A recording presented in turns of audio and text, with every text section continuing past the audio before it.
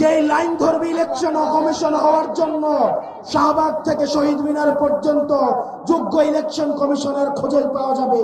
কিন্তু আমার ভাই হাদি যে অনন্তকালের উদ্দেশ্যে যাত্রা করেছে, আমার ভাই হাদিকে আর খুঁজে পাওয়া যাবে না। প্রিয় মুক্তিকামী সংগ্রামী জনতা, আপনারা জানেন আমাদের দেশের এক শ্রেণীর আওয়ামী লীগ রয়েছে, শিক্ষক পরিচয়ে বিশ্ববিদ্যালয়গুলোতে কার্যক্রম পরিচালনা করে, যারা টকশোজীবী নামে হচ্ছে টেলিভিশন গুলাতে হত্যার বৈধতা উৎপাদন করে, যারা নাট্যকর্মী পরিচয়ে, যারা নাটক সিনেমাতে আমাদের মতো সংগ্রামী মানুষের মৃত্যুর বৈধতা উৎপাদন করে।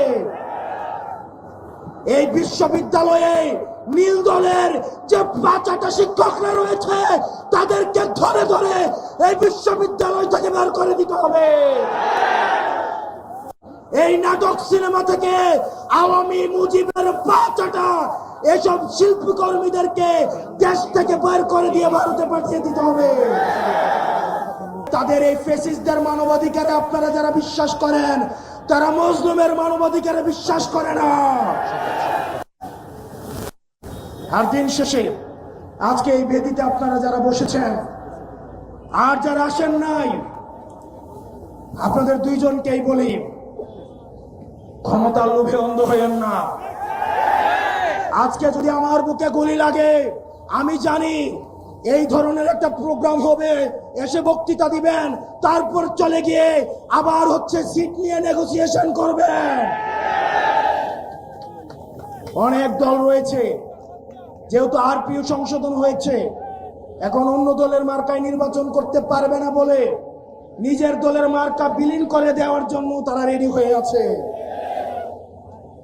এগুলো দিয়ে জাতীয় ঐক্য হয় না। এসব জাতীয় ঐক্য, এগুলো মেকি। আমাদের হাদি ভাইয়ের রক্ত এই জাতীয় ঐক্যের আঠা হয়ে আসুক, সেটা আমরা চাইনি।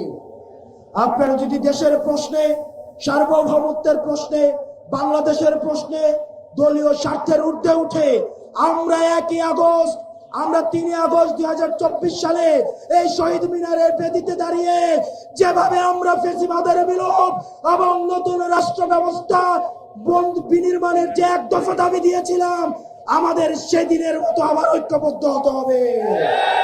ও ইনকিলাব, ইনকিলাব, দিল্লি না ঢাকা, দিল্লি না ঢাকা, ইনকিলাব, ইনকিলাব, আপোষ না সংগ্রাম, দালালি না রাজপথ, দালালি না রাজপথ, আপোষ না সংগ্রাম।